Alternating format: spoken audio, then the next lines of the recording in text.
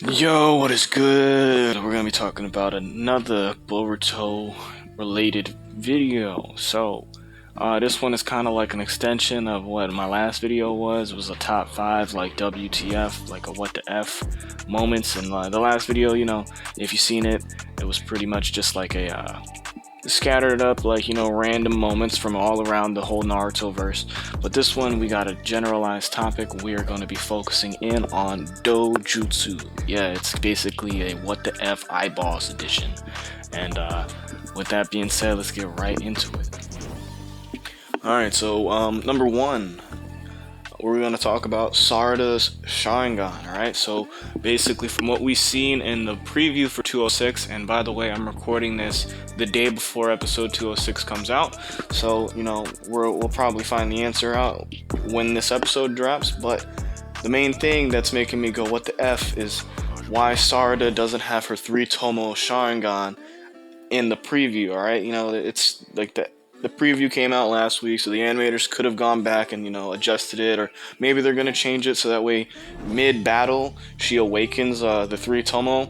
But I mean, from what I remember in the manga, when she was being choked out by Boro, and then just like how we see in the preview, she smiles at him and then hits him with a fireball jutsu point blank to the face. She has 3 tomos at that point, alright? So I'm wondering if they're basically going to retcon it to the point where Sarada doesn't have her 3 tomoe Sharingan anymore, then how does she unlock it? And if she does unlock it in this fight, it would actually make a lot of sense in a way, because she unlocked her 2nd tomo fighting a different Kara member, like another inner of the Kara, which was Deepa, which is an anime only. So we might end up seeing her awaken the 3rd tomoe in this fight, you know what I'm saying, by I don't know, seeing like everybody get wiped out, or probably some emotional turmoil from the fact that she's the leader of this mission as of right now, and it's starting to go to shit, right? Like everybody's falling in battle, everybody's dropping dead, basically Boro's whooping ass. So it could be an emotional thing where her Sharingan awakens there. But that's number one. Like Sarada's 3 tomoe Sharingan is absent as of right now, and this is being recorded the day before the episode drops, so we have to wait and see. All right, but number 2. All right, since we're on this Team 7 versus Boro, the Kara member, I wanted to talk about Boruto's transformation and its eventual debut. I hear the spoilers are saying it's gonna debut in 208, so we're like 2 episodes away from seeing the transformation, right? And in the manga, there's a lot of controversy and speculation going on about what Boruto's Dojutsu actually is, because when Momoshiki takes over, it is stated by Sarda and others that he's manifesting the Byakugan, alright? But every other time the manga or the anime has adapted manga stuff with Boruto's eye, it's been the Jogan. And I guess I couldn't say every time, but more specifically with episode 1 and chapter 1, right? So with chapter 1, they showed us Boruto's eye. It was depicted to look like Byakugan, right? But then when we get to episode 1, or in chapter 1, it's depicted as Byakugan, because they didn't draw out the black sclera of his eye, you know what I mean? So it just looks like Byakugan. But in episode 1, it's the Jogan eye, and we're like, yo, what the heck? He's got some brand new dojutsu we've never seen before. So I'm wondering, is Boruto's gonna have the Jogan, or is it gonna be the Byakugan? If it is the Byakugan, is he gonna be able to upgrade it to that golden Byakugan, since Momoshiki is the one who's taking over and it's his eye and all that stuff? You know what I mean? Is it possible for Boruto to hang with this, or what?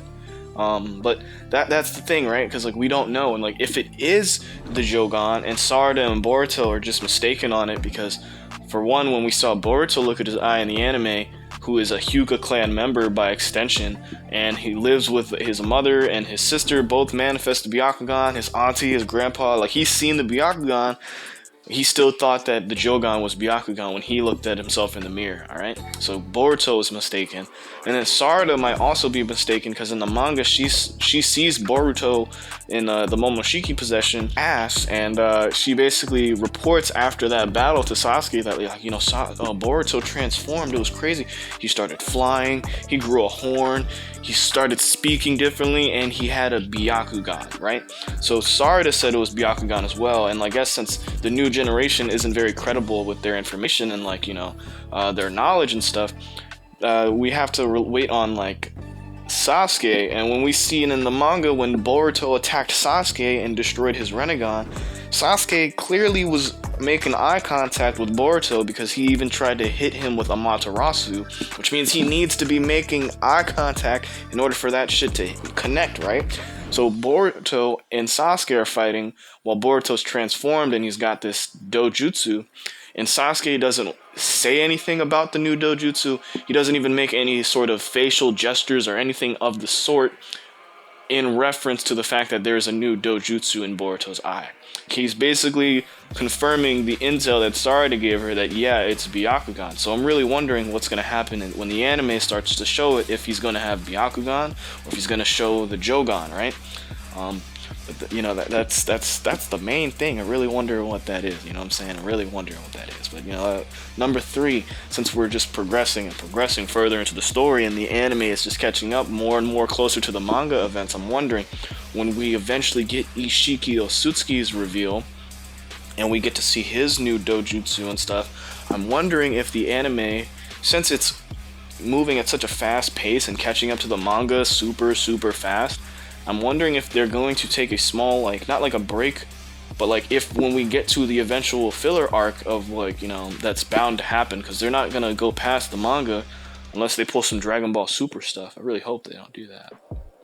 But yeah, like, Ishiki, right? Like, when we learn about his backstory from Amato, like how he came to Earth with Kaguya betrayed him, and he had to, like, while he was near death, he just had to, like, take Jigen's body and, like, live in his brain. Not that whole backstory, right? Are they going to go more in depth with his backstory? Are we going to learn about, like, how Ishiki and Kaguya came to Earth? Like, how Kaguya caught him off guard? Are we going to learn how he found Jigen and how he's been around for, like, 1,000 years or whatnot?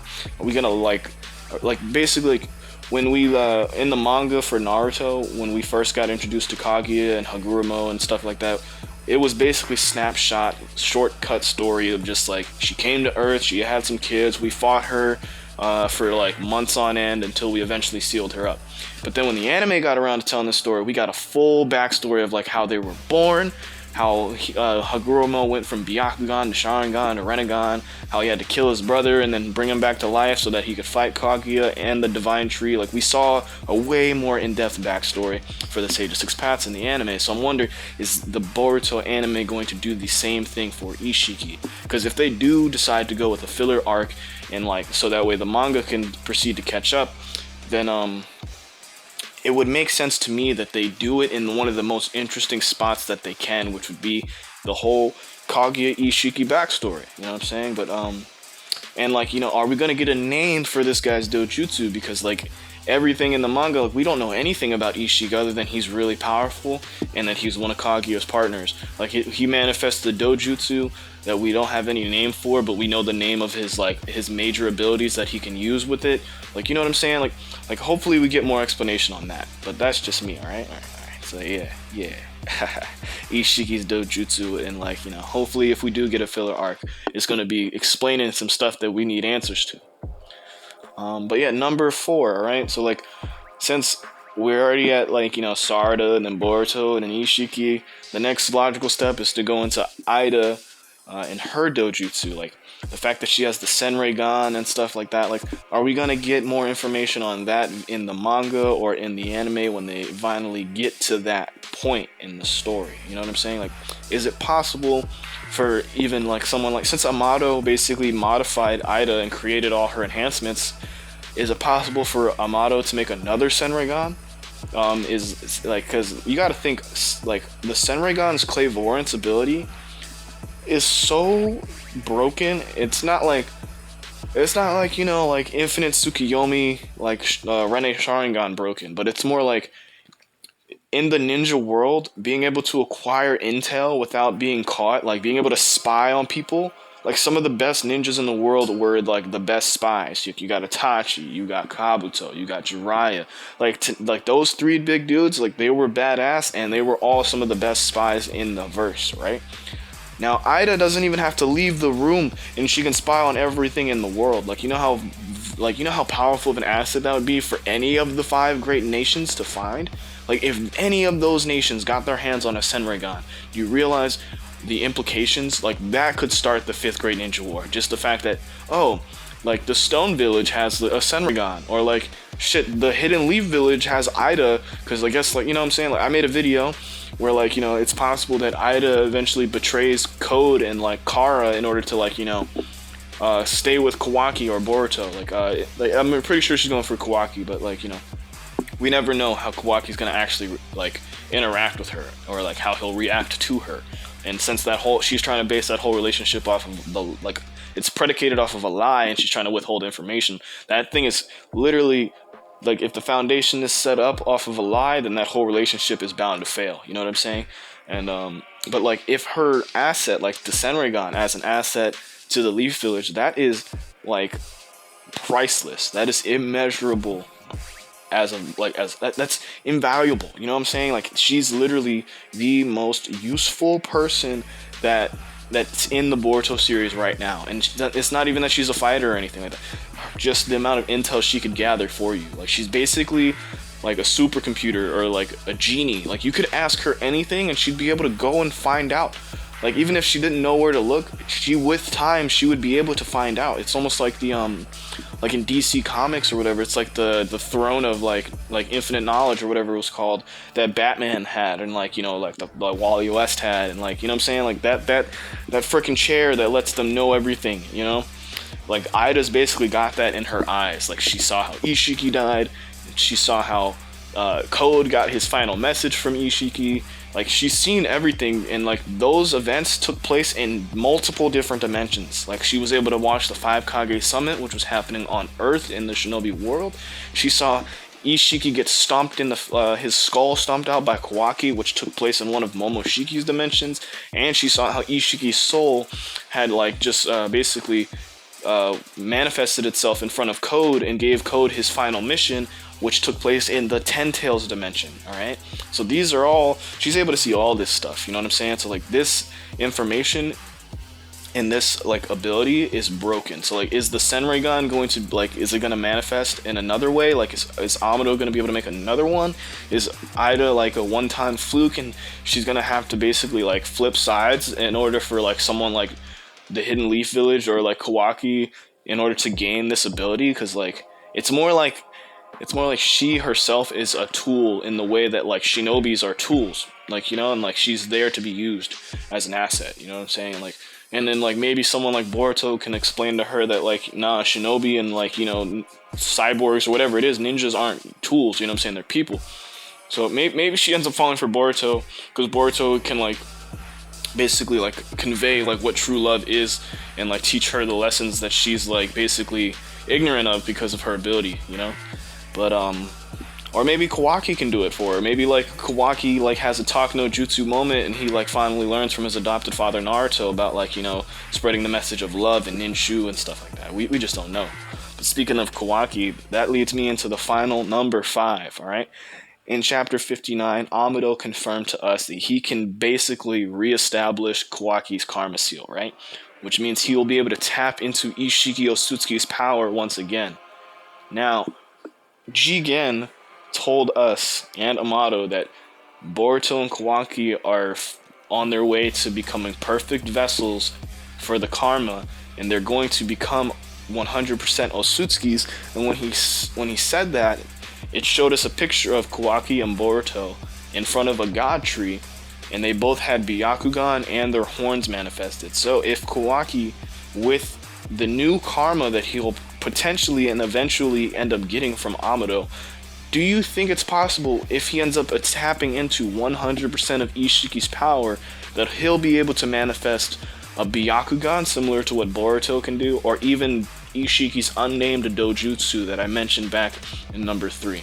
Like, since he's already around 80% similar to Boruto, if the karma is reestablished, will his Osutsukification begin to proceed? Will it continue and eventually make him 100% and be able to tap into 100% of Ishiki's power, including his dojutsus, including the Byakugan and stuff like that? Like, will Kawaki get a dojutsu since he's becoming an Osutsuki, and since he practically already is an Osutsuki? But that's all for this video right here. You know what I'm saying? It was another one of those top 5 like WTF moments, like Dojutsu edition. You know what I'm saying? Like, basically everything in Boruto that's happening right now is like everything that's happening now and everything that's about to happen in the anime. These are crucial times, and these are hype ass moments that are about to pop up, bro. Let's just recap real fast and then we can end the video. All right, so number one, is Sarda gonna actually like evolve her Sharingan to 3 Tomoe in this fight with Boruto? And then number two was when Borutoshiki makes his debut and he finally transformed, is it going to be the Jogan or is it going to be the Byakugan that he has?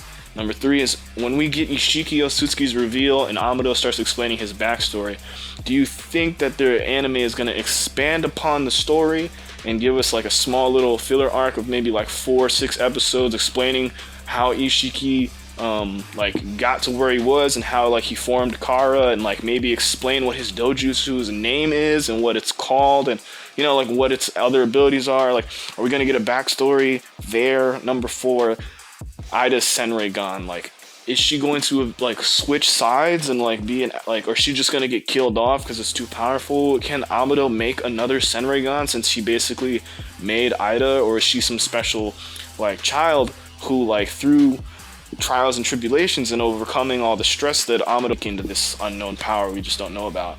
And number five, Kawaki obtaining a Dojutsu himself, considering that he's about to get a new karma re-established into his arm or into his hand and access to Ishiki's power. So if he does get 100% access to Ishiki's power, will he be able to use the Byakugan or his, like, you know, 8-spoked wheel eye, the unnamed Dojutsu that he has in the other eye? But yeah, man, that's all I've got for you today. Don't forget to like, comment, subscribe, share, hit the bell icon, check out my socials, all that good shit. I've been your boy, the Grass Ninja, and I'm out. Peace.